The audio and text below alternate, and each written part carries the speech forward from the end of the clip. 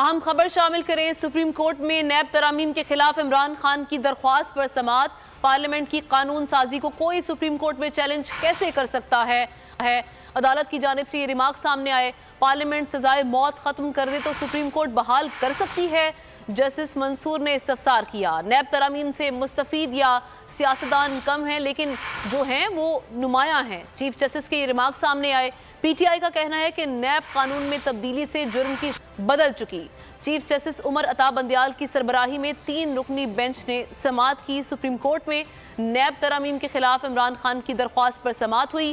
Parliament की कानून साजी को कोई सुप्रीम कोर्ट में चैलेंज कैसे कर सकता है। अदालत की जानिब से ये सवाल किया गया।